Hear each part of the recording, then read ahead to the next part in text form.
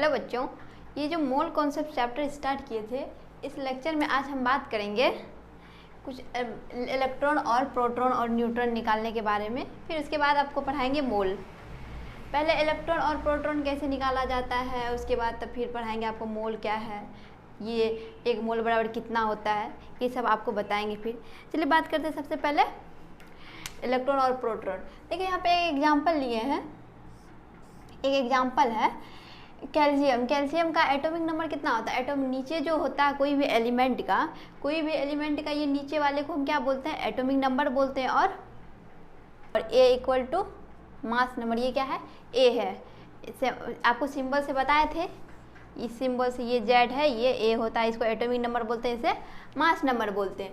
देखिए ये पे इसका एटॉमिक नंबर कितना है? कैल्शियम का 20 है और इसका मास नंबर कितना है? 40 है। देखिए ये क्या किया कैल्शियम 2 इलेक्ट्रॉन को रिलीज किया, अगर कोई चीज़ अगर इलेक्ट्रॉन को रिलीज करने के बाद उस पर पॉजिटिव चार्ज आता है, इलेक्ट्रॉन को रिलीज करने से पॉजिटिव चार्ज आया, 2 इलेक्ट्रॉन किया तो 2 पॉजिटिव चार्ज आया, कैल्शियम +2। देखिए कैल्शियम +2, पहले कैल्शियम जो अभी न्यूट्रल है इसमें तो कोई चार्ज डेवलप नहीं हुआ है, यहाँ पे इसका चार्ज डेवलप हुआ है क्योंकि 2 इलेक्ट्रॉन रिलीज किया है ये।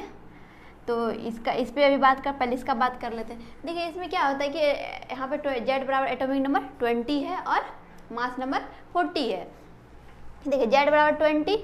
अब हम जेड तो आप समझ गए कि जेड एटॉमिक नंबर होता है और ये जेड को ही हम पी बोलते हैं, नंबर ऑफ प्रोटॉन। जेड को ही क्या बोलते हैं? देखिए जेड को ही हम क्या बोलते हैं? पी बोलते हैं। Z equal to P, Z को हम पी बोलते हैं, या आप जेड इक्वल टू बोलिए 20 या पी, ये भी हो सकता है। जेड इक्वल टू या पी इक्वल टू 20 हो गया, ये आपका एटॉमिक नंबर। फिर देखिए बच्चों, अब इलेक्ट्रॉन हम कैसे निकालेंगे? अगर न्यूट्रल एटम है, मतलब कोई चार्ज नहीं है एटम पे, अगर न्यूट्रल एटम है तो उसके लिए क्या होता है? न्यूट्रल के लिए होता है proton plus proton equal to electron होता है। अगर न्यूट्रल एटम है तो प्रोटॉन जितना होगा उतना ही इलेक्ट्रॉन होगा।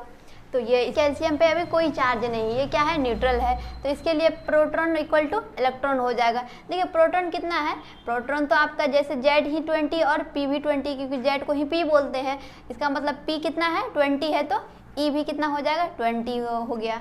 अब इलेक्ट्रॉन निकल गया।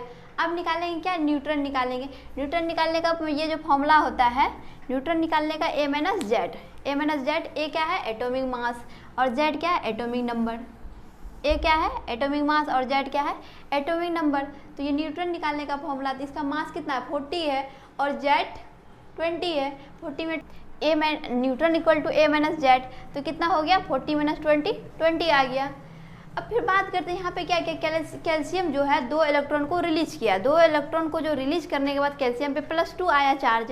क्या आया? +2 चार्ज आया, क्योंकि जो रिलीज करता है उस पर पॉजिटिव चार्ज आता है, जो इलेक्ट्रॉन को गेन करता है उस पर नेगेटिव चार्ज आता है। तो यहाँ पे कैल्शियम क्या किया है? 2 इलेक्ट्रॉन को रिलीज किया, जिसका मतलब इसमें पॉजिटिव चार्ज आया। अगर पॉजिटिव चार्ज आया, उसके बाद देखिए जब हम आपको बताएं न्यूट्रल एटम के लिए Z P equal to proton equal to electron होता है, लेकिन ये न्यूट्रल एटम नहीं है, तो इसमें पी नॉट इक्वल टू ई होगा। तो जेड को ही पी बोलते हैं, यहाँ पे भी पी हो सकता है क्योंकि जेड को पी बोलते हैं। जेड इक्वल टू 20 हो गया, और पी तो इसमें सेम नहीं है, पी नॉट इक्वल टू ई, तो इसमें इलेक्ट्रॉन कितना होगा? क्योंकि ये 2 पहले तो 20 था और इसमें ये 2 रिलीज किया है, तो इसमें कितना बचा? 18 बचा। कितना बचा? क्योंकि 2 ये रिलीज कर चुका है, जिसमें कितना बचा? 18 बचा। और न्यूट्रॉन तो सेम ही निकलता है क्योंकि मास 40 है और जेड इसका 20 है। 40 में 20 जाएगा, 20 बचा। समझ गए आप? फिर देखिए बच्चों ये इलेक्ट्रॉन को रिलीज किया पॉजिटिव चार्ज, और इसमें क्या होता है? हम एक एग्जांपल फिर लिए क्लोरीन जो लिए हैं, और ये क्या किया है?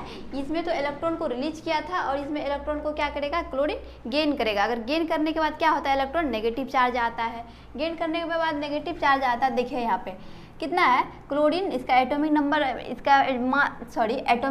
17 होता है और मास नंबर 35 होता है। कितना होता है? 35.5 भी होता है इसका, लेकिन माने कितना? 35। देखिए इसका जेड कितना होगा? क्योंकि एटॉमिक नंबर को ही जेड बोलते हैं, या आप पी बोलिए, इसको जेड बोलिए या पी बोलिए, तो कितना होगा इसका? 17 होगा। और इसका इलेक्ट्रॉन जो है, इलेक्ट्रॉन कैसे निकालेंगे?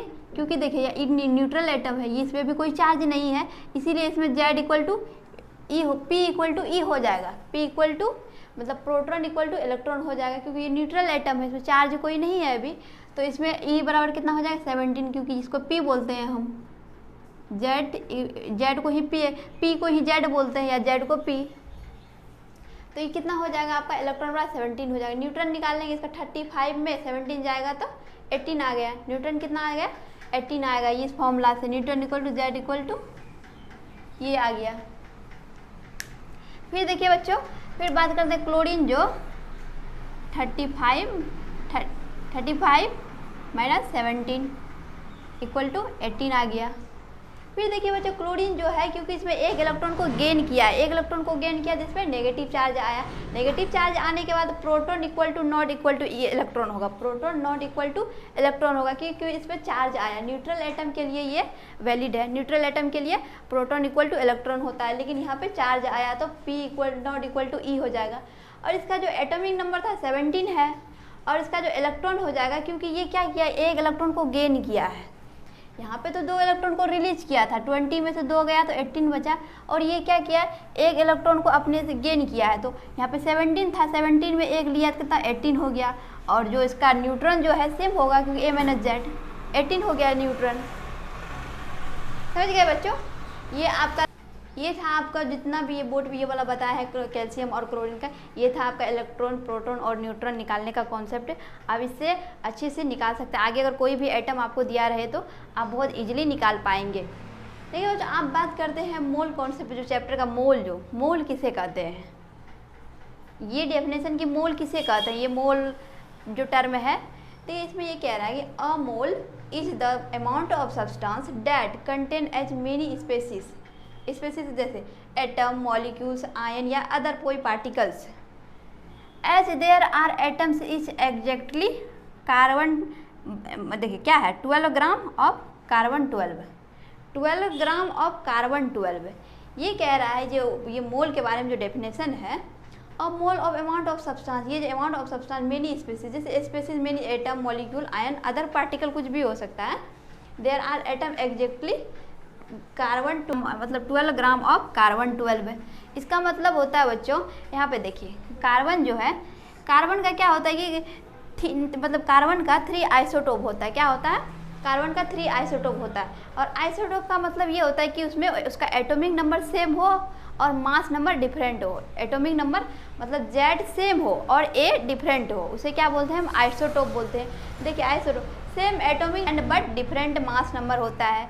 देखिए बच्चों, कार्बन का सब में एटॉमिक नंबर सेम है 6, लेकिन इसका 12 है, ये इसका 13 है, इसका 14 है। यहाँ पे हम जो बात करते हैं किसका करते हैं, कार्बन 12 का, किसका बात करते हैं, कार्बन 12 ग्राम ऑफ कार्बन 12 का बात करते हैं, ये दोनों का बात नहीं करते हैं।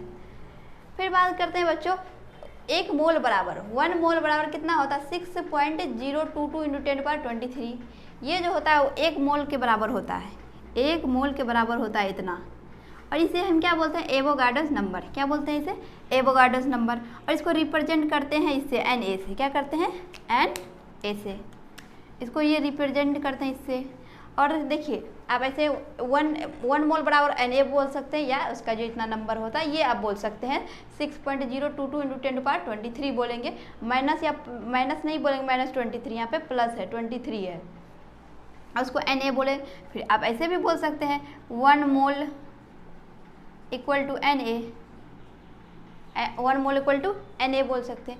जो ये समझाए थे 1 मोल इक्वल टू इतना होता है, इसको Na से रिप्रेजेंट करते हैं। यहाँ पे देखिए बच्चों कुछ एग्जांपल लिया गया है, यहाँ पे कुछ एग्जांपल है, आपको एटम के बारे में पूछ रहा है। देखिए 1 मोल ऑफ ऑक्सीजन एटम, आपको अगर कोई बोल दिया 1 मोल कितना है, ऑक्सीजन एटम है, आप उसको कैसे लिखेंगे, आपको अगर कोई बोला 1 मोल ऑक्सीजन एटम है, आप इसके बारे में लिखिए, तो आप क्या बोले, 1 मोल इक्वल टू कितना होता है, 6.022 × 10⁻23 होता है। तो यहाँ पे क्या करें, 1 मोल के लिए क्या लिखेंगे आप, 6.022 × 10⁻23 लिखेंगे, और आपका क्या है, ऑक्सीजन एटम है, तो क्या लिखेंगे, ऑक्सीजन एटम लिख देंगे आप समझ गए। फिर दूसरा एग्जांपल है 1 मोल ऑक्सीजन मॉलिक्यूल्स O2, इसके लिए क्या लिखेंगे, 1 मोल बराबर आप कितना जानते हैं, 1 मोल बराबर इतना होता है 6.022 × 10⁻23 होता है, 1 मोल बराबर 6.0 × 23 होता है। लेकिन आप क्या लिए हैं, ऑक्सीजन मॉलिक्यूल लिए हैं, O2 मॉलिक्यूल, यहाँ पे क्या लिखेंगे, O2 मॉलिक्यूल लिख देंगे, आप समझ गए। फिर देखिए यहाँ पे कहता है 1 मोल ऑक्सीजन, और यहाँ पे ना तो एटम लिखा है ना तो मॉलिक्यूल, क्योंकि इसमें एटम है इसमें मॉलिक्यूल है, लेकिन यहाँ पे कुछ नहीं लिखा हुआ है। तो यहाँ क्या लिखेंगे आप, 1 मोल के लिए आप क्या लिखेंगे 6.022 × 10⁻23 लिखेंगे, और ऑक्सीजन के बगल में ना तो एटम लिखा है ना तो मॉलिक्यूल लिखा है, तो आप वही लिखेंगे जो अपने नेचुरल फॉर्म में एग्जिस्ट करता है। जो भी एटम दिया हो, मॉलिक्यूल जो भी दिया हुआ, जैसे ऑक्सीजन, नाइट्रोजन, कुछ भी दिया हो, वो जिस फॉर्म में नेचर में एग्जिस्ट करता है, नेचुरल फॉर्म में, आप वही लिखेंगे अगर आपको एटम या मॉलिक्यूल नहीं दिया हो। अगर नहीं दिया है यहाँ पे हम क्या लिखेंगे, O2 एटम के फॉर्म में तो एग्जिस्ट नहीं करता है नेचर में, O2 एटम के फॉर्म में, O2 मॉलिक्यूल के फॉर्म में एग्जिस्ट करता है नेचर में, इसीलिए हम क्या लिखे हैं O2 मॉलिक्यूल लिख लेंगे। अब समझ गए बच्चों, आपको भी ये अच्छे से समझ में आ गया कि 1 मोल इक्वल टू 6.022 × 10⁻23 होता है, इसके लिए लिख लिया। उसके बाद जो दिया हुआ हमको उसको लिख लेंगे, लेकिन जब नहीं दिया हो एटम या मॉलिक्यूल और इसका जो नेचुरल फॉर्म होगा हम वही लिखेंगे। जैसे O2 मॉलिक्यूल के फॉर्म में एग्जिस्ट करता है नेचर में, तो यही लिखेंगे। फिर अगले से समझ में आ गया होगा इलेक्ट्रॉन जेट निकालने, इलेक्ट्रॉन, प्रोटॉन, न्यूट्रॉन निकालने के लिए अच्छे से, अगर इलेक्ट्रॉन को रिलीज करे तो पॉजिटिव चार्ज आए तो उसके लिए आप सीख गए, और इलेक्ट्रॉन को अगर गेन करे नेगेटिव चार्ज के लिए, इसके लिए भी आप सीख गए। मोल क्या होता है, 1 मोल बराबर कितना होता है, देखिए 6.022 × 10⁻23, इसको एवोगाड्रो नंबर बोलते हैं, इसको Na से रिप्रेजेंट करते हैं। आपको आइसोटोप के बारे में समझ में आ गया, और कार्बन का 3 आइसोटोप होता है। देखिए बच्चों, फिर अगले स्लाइड में बात करते हैं। देखिए बच्चों, इस स्लाइड में हम बात करते हैं AX/BY सपोज माने हैं, और इसको हम कैसे लिख सकते हैं, A का कोफिशिएंट X प्लस B का कोफिशिएंट Y, इस टाइप से लिख सकते हैं। इसमें कह रहा है कि number of mole of A निकालने के लिए नंबर ऑफ मोल A का निकालिए, फिर कह रहा है नंबर ऑफ मोल B का, उसके बाद फिर कह रहा है कि टोटल मोल ऑफ एटम का, मतलब इसमें दोनों का निकालने के लिए A और B दोनों का, टोटल में A और B दोनों का, और यहाँ पे सिंगल A का निकालने के लिए कह रहा है, यहाँ पे B का निकालने के लिए कह रहा है। देखिए बच्चों, अगर A का निकालेंगे तो कैसे निकालेंगे, इसका जो कोफिशिएंट X है तो X multiply number of moles, जितना मोल दिया हुआ है उससे मल्टीप्लाई कर देंगे हम AX/BY का। फिर कह रहा है कि नंबर ऑफ मोल्स B कैसे निकालेंगे, B निकालने के लिए Y से मल्टीप्लाई कर देंगे कितना, नंबर ऑफ मोल AX/BY का। बच्चा total mole of atom, total कैसे निकालेंगे, इसका कोफिशिएंट X है, Y है, X plus Y dot dot Z भी हो सकता है आगे, उसके बाद मल्टीप्लाई करेंगे नंबर ऑफ मोल AX/BY का। इस टाइप से निकालेंगे। अगर हमको ऐसे दिया रहेगा तो उसको निकालने के लिए A के लिए ऐसे निकालेंगे, B के लिए ऐसे निकालेंगे, और टोटल के लिए इस टाइप से निकालेंगे। ये कॉन्सेप्ट पर, इस कॉन्सेप्ट पे देखिए बच्चों क्वेश्चन लिए हैं 2। यहाँ पे पहला क्वेश्चन जो है कह रहा है, question number 1, how many moles of P atom present in 0.2 mole of H4P2O7। इसमें कह रहा है इसमें इतना मोल दिया हुआ, आपको इतना मोल दिया हुआ है, और आपको पूछ क्या रहा है, P एटम कह रहा है हाउ मेनी, कितना P एटम है। जैसे यहाँ पे आपको पूछा number of mole of A, ये दिया हुआ है आपको, इसमें A का पूछा है, इसमें ये आपको दिया हुआ है इतना में आपको क्या पूछ रहा है, P का एटम पूछ रहा है। क्या पूछ रहा है आपको, P का एटम पूछ रहा है, तो यही फॉर्मूला लगा देंगे। देखिए यहाँ पे P का कोफिशिएंट क्या है, 2 है, क्या है, P का 2 है। तो इस क्वेश्चन को बनाने के लिए हम क्या करेंगे, 2 मल्टीप्लाई नंबर ऑफ मोल कर देंगे, और नंबर ऑफ मोल कितना दिया हुआ है, 0.02 दिया हुआ है। तो हम अब इसको निकाल लेंगे, कितना हो जाएगा, 0.04 मोल हो जाएगा।